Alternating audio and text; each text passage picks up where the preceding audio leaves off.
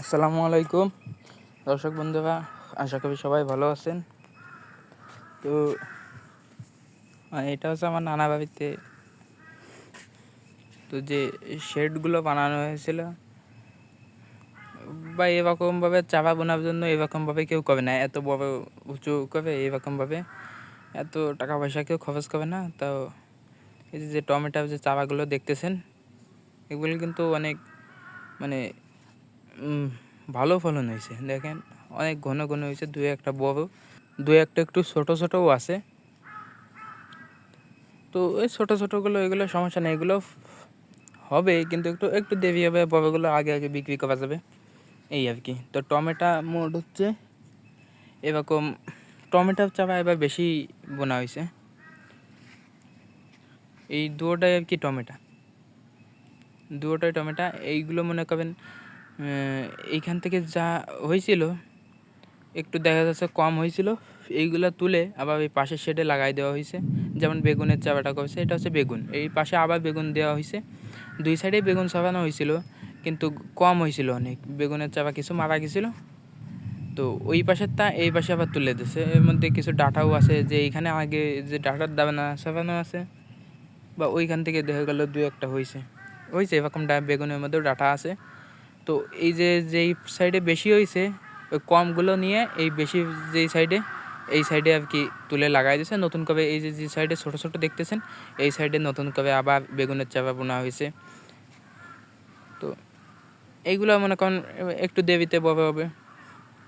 এই প্রথমে এইগুলো বিক্রি করবে, পরে তারপরে এই ছোটোগুলো বিক্রি করবে।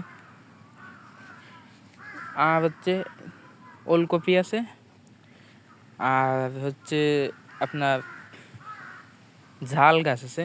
ওলকপিটা লাস্টে সবার পরে দেখাবো, যেহেতু এটা একটু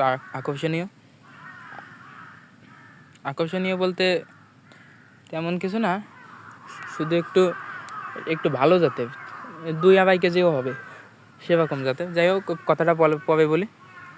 এইটাও মনে করেন টমেটো লাগানো হয়েছে পাশে, আবার এই পাশে আছে, এটা হচ্ছে ঝাল গাছ, এটা হচ্ছে ঝাল। এইটাই দেখেন অনেক ঘন হয়েছে, এটা একভাবেই ছাপানো। পাশে আছে ঝাল গাছ প্রথমে হয়েছিল না মনে হয়, এইটাই প্রথমে মনে হয় মারা গেছিল সম্ভবত, বৃষ্টি অনেক অতিরিক্ত বৃষ্টির কারণে এই দেশে, তাই মনে করেন বৃষ্টির কারণে বা যাই হোক কোনো কারণে হয়নি। তো পরে আবার সবাই দিছে, এখন দেখলাম আল্লাহ রহমতে ফুটেছে ঝাল। আর এই যে যে ছাপ্পাগুলো দেখতেছেন ফাঁকা ফাঁকা, এইগুলো দিয়ে, এই জায়গা দিয়ে আর কি মনে করেন এই ঘাস প্রচুর পরিমাণে হয় ঘাস, ওই ঘাসগুলো আর কি তুলে ফেলার জন্য। যে এই যে দেখেন ঘাস হয়েছে, এই ঘাসগুলো তুলতে হবে, তো ওর ভিতরে না নামলে তো তোলা যাবে না। এই জন্য যেখানে মনে করেন ঘাস টাস সব কিছুই তুলে ফেলে। তো এই জন্য আর এই জায়গাটা একটু ফলন কম হয়েছে। তো আর ছিল না মনে করেন, পাশেরটাই ছাপানো হয়েছিল না, এই জন্য আর কি এইটাই আর কি লাগায়নি। যদি পাশেরটায় টমেটো ছাপাতো, কম হইলে বা বেশি হলে দেখা গেলো সেই সাথে একটু ম্যানেজ করা যাইতো, বা যেখানে বেশি সেইখানেই কমগুলো উঠায় লাগায় তারপরে অন্য কিছু লাগানো। তা এই জায়গায় ফলনটা একটু অনেক কম হয়েছে। এমনি আর মোটামুটি সবগুলোই ঠিক আছে। ওলকপির কথা তো বলবোই না, একদম সবাই দেখেন এত পরিমাণ হয়েছে কি বলবো। এখানে চারা হয়েছে ওলকপি অনেক।